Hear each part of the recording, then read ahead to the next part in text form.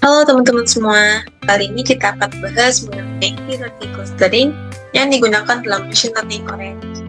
Pertama, kita harus mengetahui apa yang dimaksud dengan clustering. Clustering merupakan teknik dalam machine learning yang digunakan untuk mengelompokkan data berdasarkan kemiripan atau perbedaannya. Tujuannya adalah membagi data ke dalam beberapa kelompok atau cluster, sehingga data dalam satu cluster punya karakteristik yang mirip dan berbeda dengan data di cluster yang lain. Ada beberapa manfaat yang dapat kita ambil, yaitu dengan clustering kita dapat memahami data lebih dalam, karena dengan mengelompokkan data kita bisa melihat pola atau data secara lebih jelas. Ini membantu dalam membuat analisis yang lebih dalam. Untuk manfaat yang kedua yaitu membuat segmentasi, di mana dalam bisnis clustering sering digunakan untuk segmentasi pelanggan berdasarkan perilaku atau preferensinya. Hal ini membantu membuat strategi pemasaran yang lebih tepat sasaran. Kemudian yang ketiga itu manfaatnya mendeteksi anomali, di mana clustering juga bisa mendeteksi data yang menyimpang dari pola umum, misalnya dalam deteksi penipuan atau pemantauan dari sistem. Yang keempat itu manfaatnya reduksi dimensi, di mana dengan mengelompokkan variabel yang serupa, kita bisa menyederhanakan data yang kompleks tanpa kehilangan informasi yang penting. Nah, metode atau model yang digunakan clustering ini yang akan menjadi bahasan utama kita kali ini, yaitu hierarchy clustering, di mana hierarki clustering ini merupakan metode untuk mengelompokkan data, membentuk kelompok dari yang paling mirip sampai yang paling beda dengan bentuk akhir dendrogram atau seperti pengantar barik. Nah, kita akan mensimulasikan bagaimana cara kerja data menggunakan hierarki clustering. Yang pertama, kita akan masukkan filenya. File yang kita akan gunakan yaitu data terkait beberapa parameter seperti umur, kelamin, diagnosis obat-obatan yang dipakai, kadar kreatinin, ALT, dan juga respon obat dan catatan dari parameter untuk mengelompokkan pasien-pasien dengan beberapa penyakit atau dengan gejala-gejala parameter yang mirip. Seperti dapat dilihat, di mana yang gender kita akan memasukkan type yang kategorikal dengan ruang feature dengan hasil berupa gender male, dan diagnosis dengan type kategorikal dan feature dengan hasil berupa asma, penyakit paru, diabetes, gagal jantung, dan lainnya.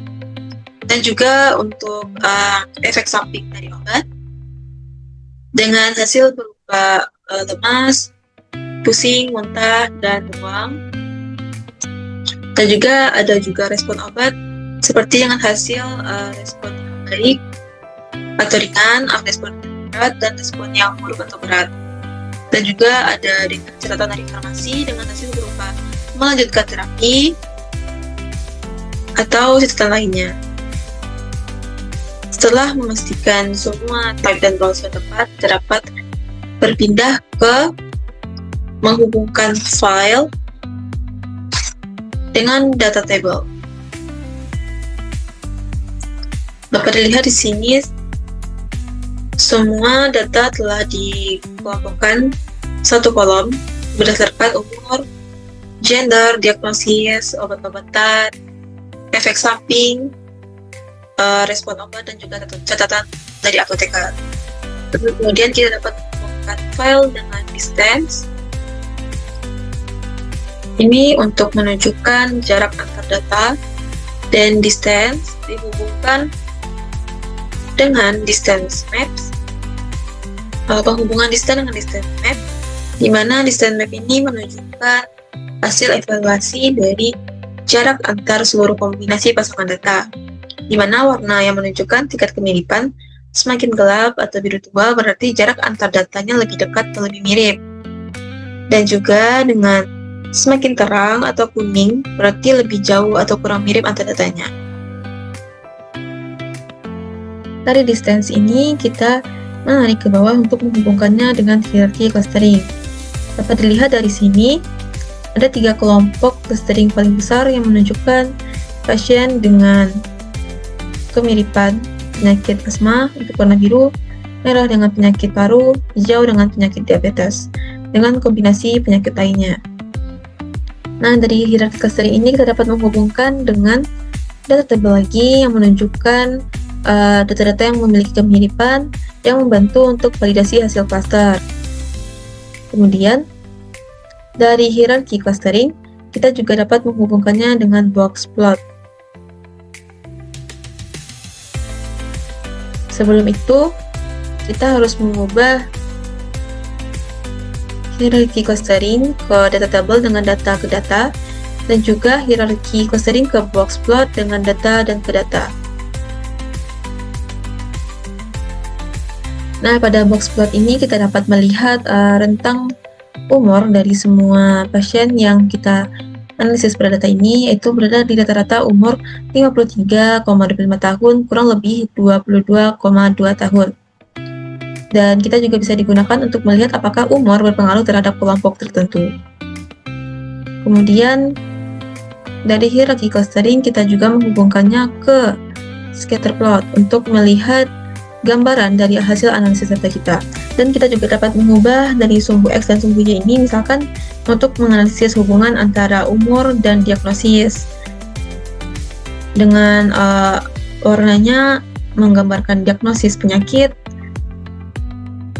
dapat dilihat di mana semakin besar ukuran titiknya juga menunjukkan umur pasien yang semakin tua, dan juga untuk warna ini masing-masing menggambarkan diagnosis penyakitnya, seperti biru untuk penyakit asma, merah untuk penyakit paru, hijau untuk penyakit diabetes, orange untuk penyakit gagal jantung, dan kuning untuk penyakit hipertensi. Di sini dilihat untuk penyakit hipertensi penyebarannya di setiap umur sangat rapat, dan juga untuk pasien penyakit jantung penyebarannya semakin rapat di umur usia lanjut 60 tahun ke atas. Itu juga dengan penyakit diabetes. Sedangkan untuk penyakit paru penyebarannya cukup lebar dan tidak ada kerapatan atau kemiripan dengan persebaran penyakit hipertensi ataupun penyakit gagal jantung. Penyesuaian hubungan antara sumbu X dan Y-nya dapat kita sesuaikan dengan hasil yang kita inginkan. Oke, untuk penjelasan terkait simulasi hierarki clustering ini mungkin sampai di sini. Berdasarkan yang kita lakukan pada hari ini, kita dapat menyimpulkan bahwa hierarki clustering membantu kita untuk menemukan kemiripan-kemiripan data antar pasien ataupun data-data yang kita dapatkan dengan banyak parameter, sehingga dapat menemukan hasil-hasil yang kita perlukan untuk penetapan kelanjutan pengobatan ataupun lainnya. Sehingga untuk machine learning hierarchy clustering ini dapat kita kembangkan lagi sesuai dengan hasil yang kita butuhkan.